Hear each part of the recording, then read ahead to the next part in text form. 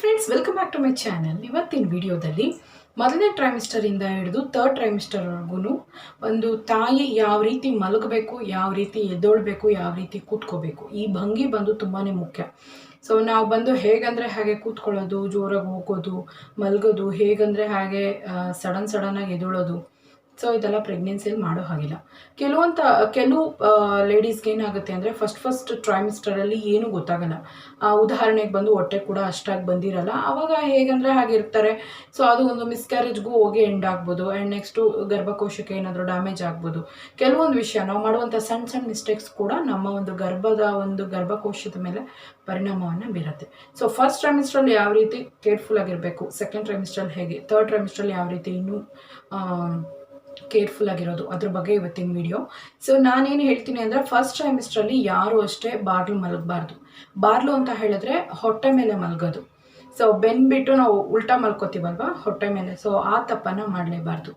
ಯಾಕೆ ಅಂತಂದರೆ ಫಸ್ಟ್ ಟ್ರೈಮಿಸ್ಟ್ರಲ್ಲಿ ಪಾಪು ಎಷ್ಟು ದಪ್ಪ ಇರುತ್ತೆ, ಯಾವ ಒಂದು ಚಿಕ್ಕದಾಗಿ ಯಾವ ರೀತಿ ಬೆಳೆದಿರುತ್ತೆ, ಮಗುಗೆ ಆರ್ಗನ್ ಡೆವಲಪ್ಮೆಂಟ್ ಎಲ್ಲ ಹೇಗಾಗಿರುತ್ತೆ ಅನ್ನೋದಕ್ಕೆ ನಾನು ಸಪ್ರೇಟ್ ವೀಡಿಯೋನೇ ಹಾಕಿದ್ದೀನಿ. ವೀಕ್ ಟು ವೀಕ್ ಯಾವ ರೀತಿ ಬೆಳವಣಿಗೆ ಆಗುತ್ತೆ ಅಂತ. ಸೊ ಕೆಲವ್ರಿಗೆ ವಿಷಯನೇ ಗೊತ್ತಿರಲ್ಲ, ಇನ್ನೂ ಈಗ ತಾನೇ ಕನ್ಫರ್ಮ್ ಆಗಿದೆ, ಅಲ್ಲಿ ಏನು ಬೇಬಿನ ಫಾರ್ಮ್ ಆಗಿದೆ ಅಂತ ಹೇಳಿ ಬಾರ್ಲು ಹಾಕ್ಕೊಂಡು ಮಲ್ಕೊಳ್ಳೋದು, ಹೊಟ್ಟೆ ಮೇಲೆ ತುಂಬ ಭಾರವನ್ನು ಹಾಕಿ ಮಲ್ಕೊಳ್ಳೋದು, ಇಲ್ಲ ಪ್ರೆಗ್ನೆನ್ಸಿ ಆಗಿದೆ ಅಂತ ಗೊತ್ತಿದ್ರೂ ಮರೆತು ಬಾರ್ಲು ಮಲ್ಕೊಂಡು ಸೊಂಟ ನೋವಿದೆ, ಬೆನ್ನು ನೋವಿದೆ ಅಂತ ಹೇಳಿ ನಿಮ್ಮ ಮನೇಲಿ ಇನ್ನೂ ಯಾವುದಾದ್ರೂ ಚಿಕ್ಕ ಪಾಪು ಇದ್ದರೆ ಬೆನ್ನನ್ನು ತುಳಿಯೋಕ್ಕೆ ಹೇಳೋದು, ಸೊಂಟನ ತುಳಿಯೋಕ್ಕೆ ಹೇಳೋದು, ಇದು ತುಂಬ ದೊಡ್ಡ ಮಿಸ್ಟೇಕ್. ಆ ರೀತಿ ಏನಾದರೂ ಮಾಡಿದ್ರೆ ಹೊಟ್ಟೆಯಲ್ಲಿ ಚಿಕ್ಕದಾಗಿ ಫಾರ್ಮ್ ಆಗಿರುತ್ತೆ ಪಾಪು. ಸೊ 1 ಗ್ರಾಮ್ 2 ಗ್ರಾಮ್ ಆ ಲೆಕ್ಕಕ್ಕೆ ಪಾಪು ಫಾರ್ಮ್ ಆಗಿರುತ್ತೆ. ಸೊ ಹೋಗ್ತಾ ಹಾಗೇ 2 ತಿಂಗಳು ಆಗೋದ್ರೊಳಗಡೆ ಮಗುಗೆ ಎಲ್ಲ ಆರ್ಗನೂ ಫಾರ್ಮ್ ಆಗಿರುತ್ತೆ. ಕೈಗಳು, ಕಾಲುಗಳು, ಇನ್ನೇನು ಎಲ್ಲನೂ ಇನ್ನು ಸ್ವಲ್ಪ ದೊಡ್ಡದಾಗುವಂಥ ಸ್ಥಿತಿಯಲ್ಲಿರುತ್ತೆ. ನಿಜವಾಗ್ಲೂ ಫಸ್ಟ್ ಟ್ರೈಮಿಸ್ಟರ್ ಅನ್ನೋದು ತುಂಬಾ ಡೆವಲಪ್ಮೆಂಟಿಂಗ್ ಆಗುವಂತಹ ಪೀರಿಯಡ್. ಪಾಪು ಬಂದು ಚೆನ್ನಾಗೇ ಒಂದು ಆರ್ಗನ್ ಡೆವಲಪ್ಮೆಂಟ್ ಎಲ್ಲ ಆಗಿ ಆ್ಯಂಡ್ ನೆಕ್ಸ್ಟ್ ಪಾಪು ಬಂದು ಒಂದು ಸ್ವಲ್ಪ ದಪ್ಪ ಆಗಿ ಹಾಗೆ ಗ್ರೋತ್ ಆಗುವಂಥ ಟೈಮಿಂಗ್ ಅದು. ಸೊ ಇದು ಬಿಗಿನಿಂಗ್. ಫಸ್ಟು ಬಿಗಿನಿಂಗ್ ಚೆನ್ನಾಗಿದ್ರೇ ಎಂಡ್ ಕೂಡ ಚೆನ್ನಾಗಿರುತ್ತೆ. ಸೊ ಫಸ್ಟ್ ಟ್ರೈಮಿಸ್ಟ್ರಲ್ಲಿ ನೀವು ಬಾರ್ಲು ಮಲಗೋದು, ಯಾರನ್ನಾದರೂ ಅಂದರೆ ಚಿಕ್ಕ ಪಾಪುಗಳಿದ್ರೆ ಬೆನ್ನಿನ ಮೇಲೆ ಮಲಗಿಸ್ಕೊಳ್ಳೋದು. ಅಂದರೆ ತುಂಟಾಟದಲ್ಲಿ ಫಸ್ಟ್ ಪಾಪುಗಳು ಇರ್ತವೆ, ನಿಮ್ಮ ಜೊತೆ ತುಂಟಾಟದಲ್ಲಿರ್ತಾರೆ, ಆಟದಲ್ಲಿರ್ತಾರೆ. ಆದರೂ ಕೂಡ ಫಸ್ಟ್ ಟ್ರೈಮಿಸ್ಟ್ರಲ್ಲಿ ನೀವು ತುಂಬ ಮುದ್ದು ಮಾಡಿ ನಿಮ್ಮ ಬೆನ್ನ ಮೇಲೇನೋ ಸೊಂಟ ಮೇಲೇನೋ ತುಳಿಯೋಕೆ ಹೇಳೋದು, ಮಲಗಕ್ಕೆ ಹೇಳೋದು ಮಾಡಬಾರ್ದು. ಬಾರ್ಲು ಮಲಗಲೇಬಾರ್ದು. ಸೊ ತುಂಬ ಇಂಪಾರ್ಟೆಂಟ್ ಆಗಿರುವಂಥ ವಿಷಯ, ಇದನ್ನು ನೆನಪಲ್ಲಿ ಇಟ್ಕೊಳ್ಳಿ. ಆ್ಯಂಡ್ ನೆಕ್ಸ್ಟು ಬೆಳಗ್ಗೆ ಎದ್ದೊಳ್ಳೋ ಟೈಮಲ್ಲಿ ಕೂಡ ಲೆಫ್ಟ್ ಸೈಡೇ ಮಲಗಿರ್ತೀರ ಅಂದರೆ ಸ್ಟ್ರೈಟ್ ಬಂದು ರೈಟ್ ಬಂದು ಎದ್ದೊಳ್ಳಿ. ಯಾಕಂದರೆ ಬಲಭಾಗ ಎದ್ದೊಳ್ಳೋದು ಒಂದು ಮಾರ್ನಿಂಗ್ ಒಂದು ಪಾಸಿಟಿವನ್ನು ನೆನೆಸುತ್ತೆ ಅಲ್ವಾ, ನಾವು ನೆನೆಸ್ಕೊಳ್ಳೋದೇ ಹಾಗೆ ಪಾಸಿಟಿವ್ ಆಗಿ. ಸೊ ಬಲಭಾಗ ಎದ್ದು ನಿಧಾನವಾಗಿ ಕೂತು ಆಮೇಲೆ ಬಂದು ನೀವು ಮನೆ ಕೆಲಸಗಳನ್ನು ಮಾಡ್ಕೋಬೋದು. ಸಡನ್ನಾಗಿ ಮಲಗಿರೋರು ಕೂಡ ಸಡನ್ನಾಗಿ ಎದ್ದೊಳ್ಳೋ ಹಾಗಿಲ್ಲ, ಇದು ದೊಡ್ಡ ಮಿಸ್ಟೇಕ್.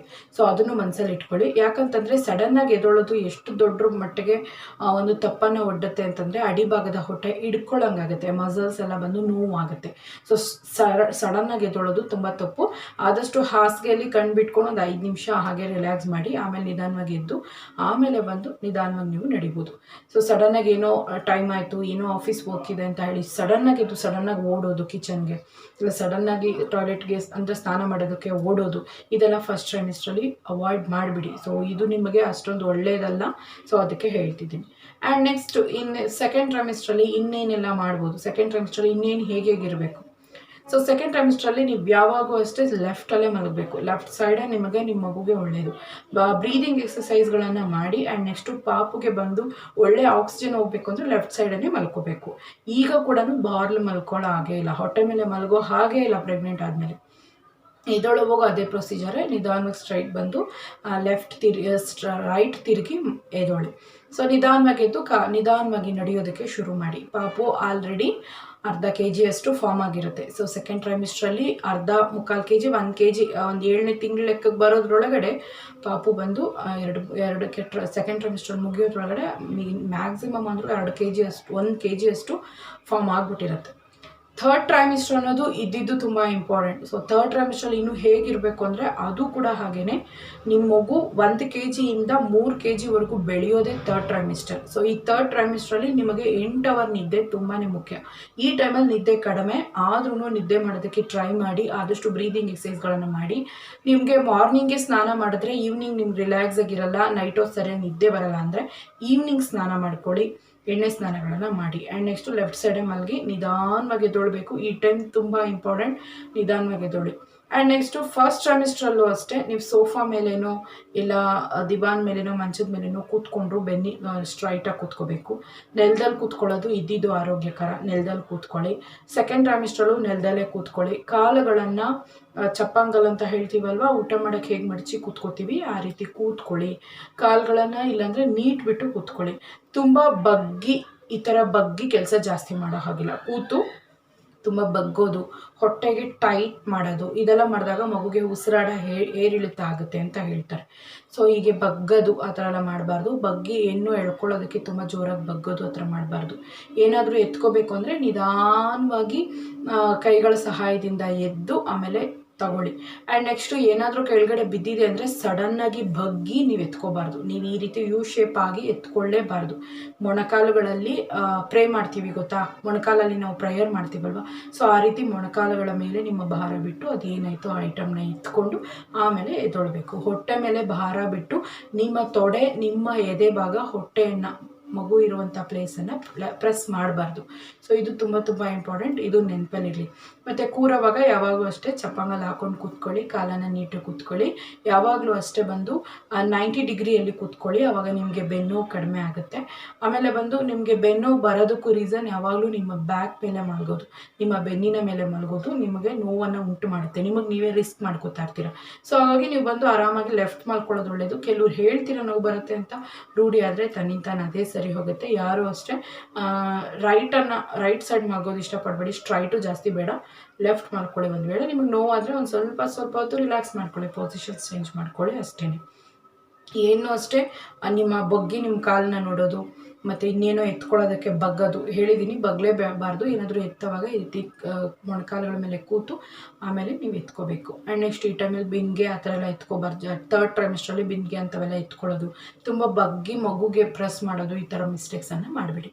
ಇವಾಗ ನಿಮ್ಗೆ ಗೊತ್ತಾಗಿರ್ಬೋದಲ್ಲ ಯಾವ ರೀತಿ ಮಲಗಬೇಕು, ಯಾವ ರೀತಿ ಎದ್ದೊಳ್ಬೇಕು, ಯಾವ ರೀತಿ ಕೂರಬೇಕು, ಮತ್ತು ಯಾವುದು ಒಳ್ಳೆಯದು ನಿಮಗೆ ಅನ್ನೋದನ್ನು ನಾನು ಹೇಳಿದ್ದೀನಿ. ಯಾವತ್ತೂ ಅಷ್ಟೇ ಲೆಫ್ಟ್ ಸೈಡೇ ಒಳ್ಳೆಯದು, ಆ ಕಡೆನೇ ಮಲ್ಕೊಳ್ಳಿ. ನಿಮ್ಮ ಮಗುಗೆ ಬ್ಲಡ್ ಸರ್ಕ್ಯುಲೇಷನ್ಸ್, ನಿಮಗೆ ಬ್ಲಡ್ ಸರ್ಕ್ಯುಲೇಷನ್ ಮತ್ತು ಬಂದು ಪಾಪುಗೆ ಒಳ್ಳೆ ರೀತಿಯ ಆಕ್ಸಿಜನ್ ಲೆವೆಲ್ ಸಪ್ಲೈ ತುಂಬ ಚೆನ್ನಾಗಿರುತ್ತೆ. ನೀವು ತಿಂದಿರೋ ಊಟ ಜೀರ್ಣ ಆಗಿ ಪ್ಲಾಸೆಂಟಾ ಮುಖಾಂತರ ಮಗುಗೆ ಉತ್ತಮವಾದಂಥ ನ್ಯೂಟ್ರಿಷನ್ ಹೋಗಬೇಕು ಅಂದರೆ ನಿಮ್ಮ ಒಂದು ನಿದ್ದೆಯ ಭಂಗಿ ಯಾವಾಗಲೂ ಅಷ್ಟೇ ಲೆಫ್ಟ್ ಸೈಡೇ ಇರಬೇಕು. ಸೊ ಲೆಫ್ಟ್ ಸೈಡ್ ಇದ್ದರೆ ಮಗು ಚೆನ್ನಾಗಿ ನ್ಯೂಟ್ರಿಷನ್ ಹೋಗುತ್ತೆ.